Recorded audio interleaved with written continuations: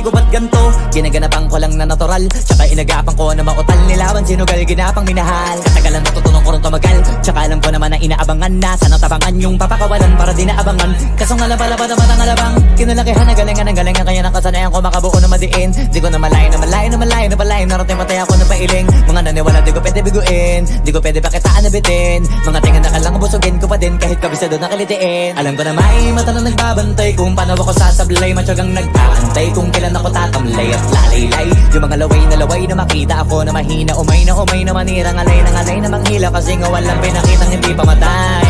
Na napasarap pag-rap ang daming nagbago mula nung kilalanin ang tao. Daming nagtulak sa'kin, palaging maging ganado. Palaging takado, pag kumalaw palaging planado. Daming pasabog, kailangan pag malawak ang sakop. Ikaw din ang talo sa laban pag nabalot ng takot. Kung saan ka aabot, takutin lahat ng mahahakot. Yung dami ng pagod ay may sukli pag di ka madamot. At kung hindi ko tsinaga, baka nauwi na sa wala. Ganito pala to kalala, kita mo naman ang napala. Paano ko hindi ko ginawa, yung iba di makahalata. Malaki na anak kataya, marami na pwede mawala. Kaya di na pwede pabaya, hindi pwede puro mamaya. Baka sa huli mapahiya.